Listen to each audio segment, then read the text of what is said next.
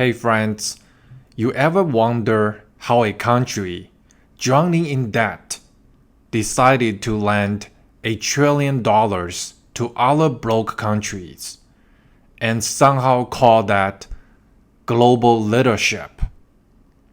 That is China's Belt and Road Initiative, the grandest infrastructure dream in human history, and quite possibly the most expensive ego project ever launched by one man, Xi Jinping.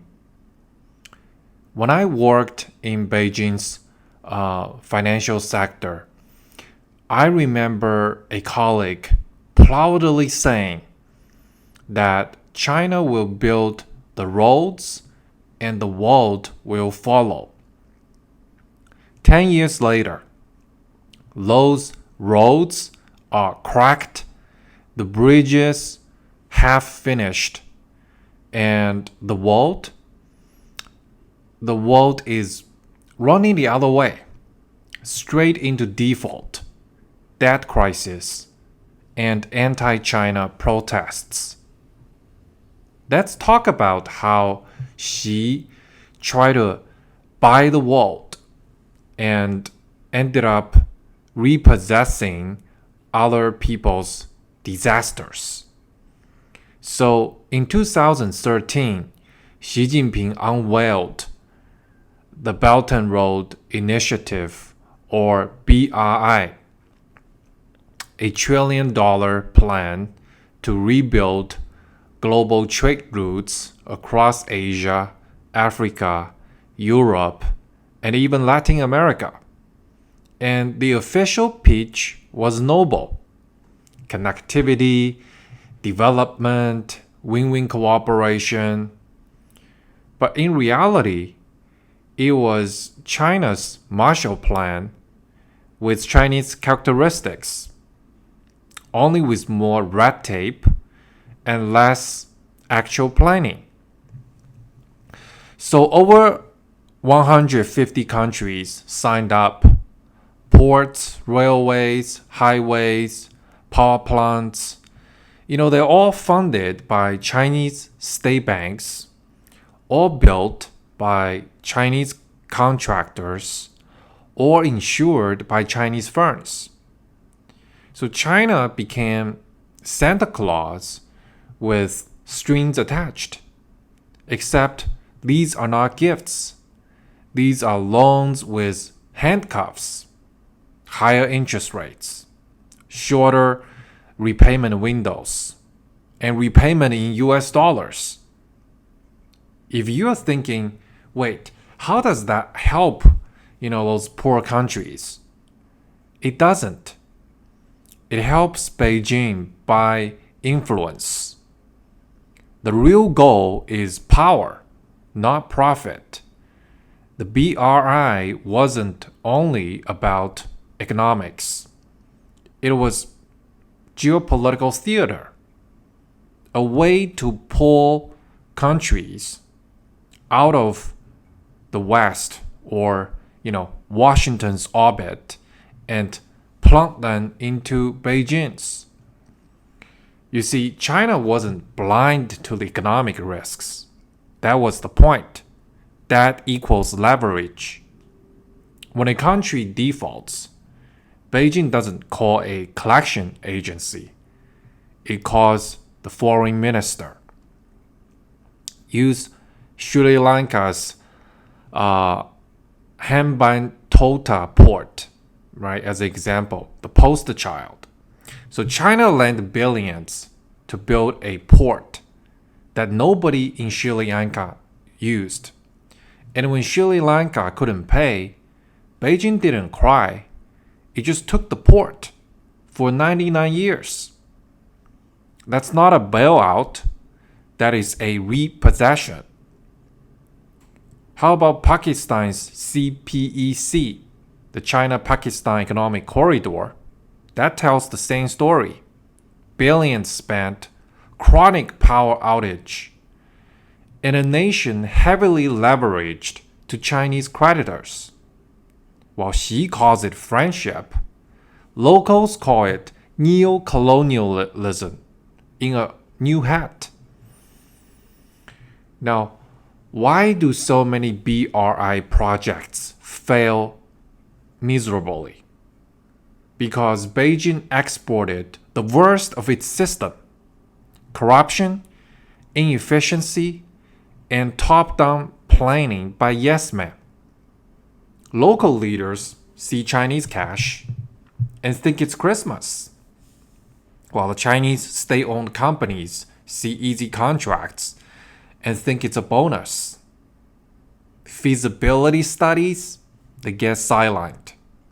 Costs get inflated. And that is how you get these railways to nowhere, airports with zero flights, and power plants that don't pay their own bills. It's the exact same disease that created China's ghost cities. Only now the ghosts are global.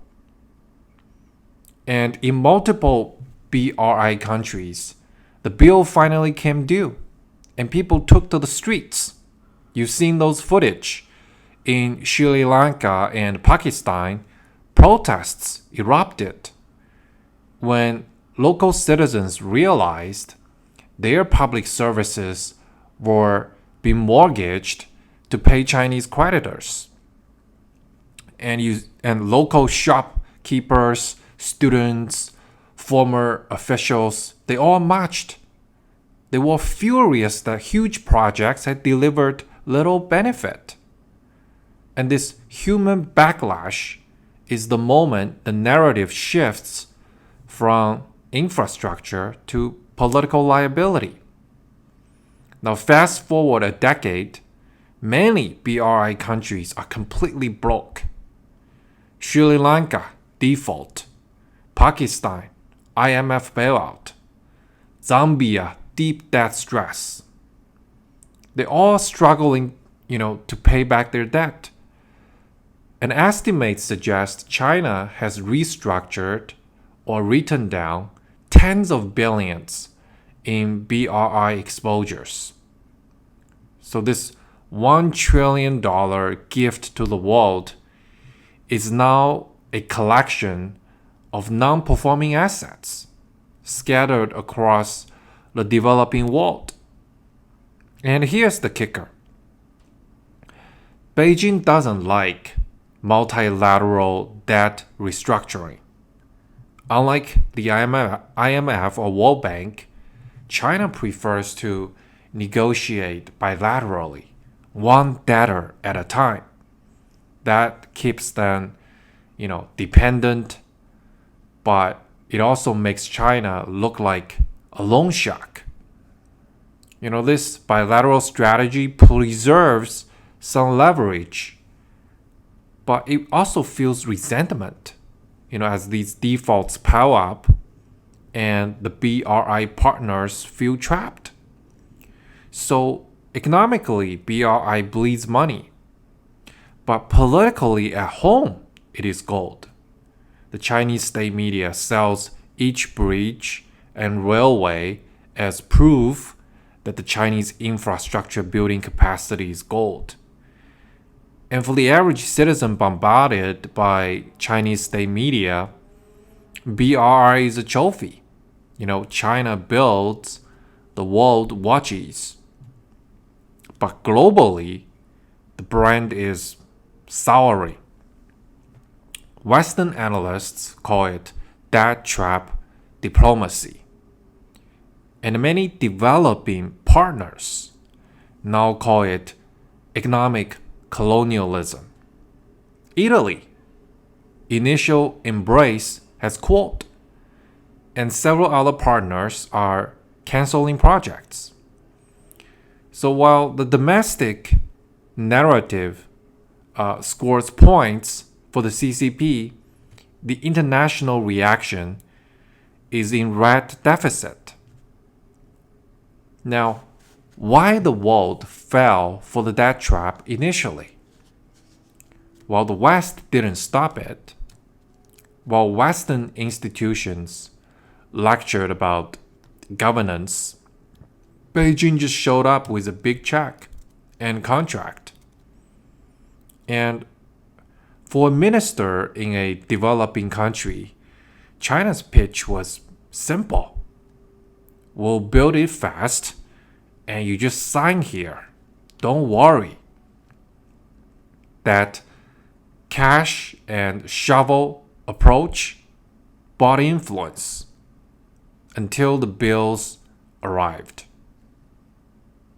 You see, it was easier to accept a shiny new bridge than to negotiate better terms or insist on feasibility.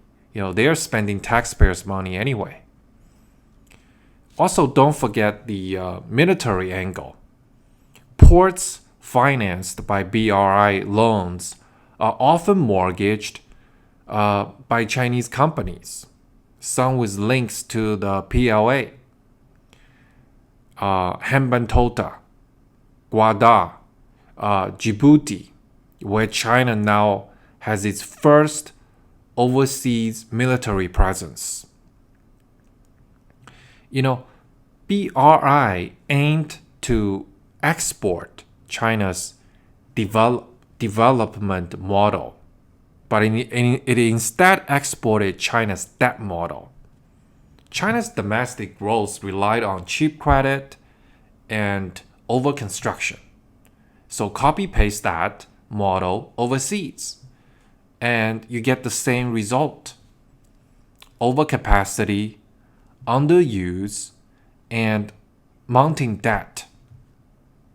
You can't build your way out of a debt problem if no one uses what you built. Think about the Chinese highway, the railway, the high-speed rail. Exact same problem. And yet Xi tells the world that China is here to help. Help whom? The construction bureaus in Beijing collect all the fees. The partner countries collect the liabilities that nobody uses. So after many bad headlines and protests, China is now pivoting. The new BRI is pitched as smaller, greener, and smarter, which means cheaper, less visible, and easier to manage. Beijing is now shifting to, digital projects and smaller scale cooperation. That's damage control. The megaports and those vanity railways are now getting harder to justify. Now here's the takeaway. Infrastructure can liberate nations, but debt can enslave them. The Belt and Road was supposed to be a network of prosperity. But in reality, it became a network of dependence. And the real irony? The same CCP that warns of foreign influence has become the biggest source of foreign entanglement on Earth. That is like an arsonist lecturing the entire neighborhood on fire safety. So where does this leave China? With a $1 trillion handover, hundreds of half-finished projects, and a reputation that is gone from global savior to global creditor from hell. Economically, the Belt and Road is a total failure. Politically, it is a short-term domestic success that fuels global distrust. She always wanted to build a new world order, but he ended up building a collection of bad loans and broken promises to dozens of countries. Because when your foreign policy is based on debt, corruption, and propaganda, you're not laying roads to prosperity. You're paving a runway for your own collapse. And the whole world is finally waking up to that fact.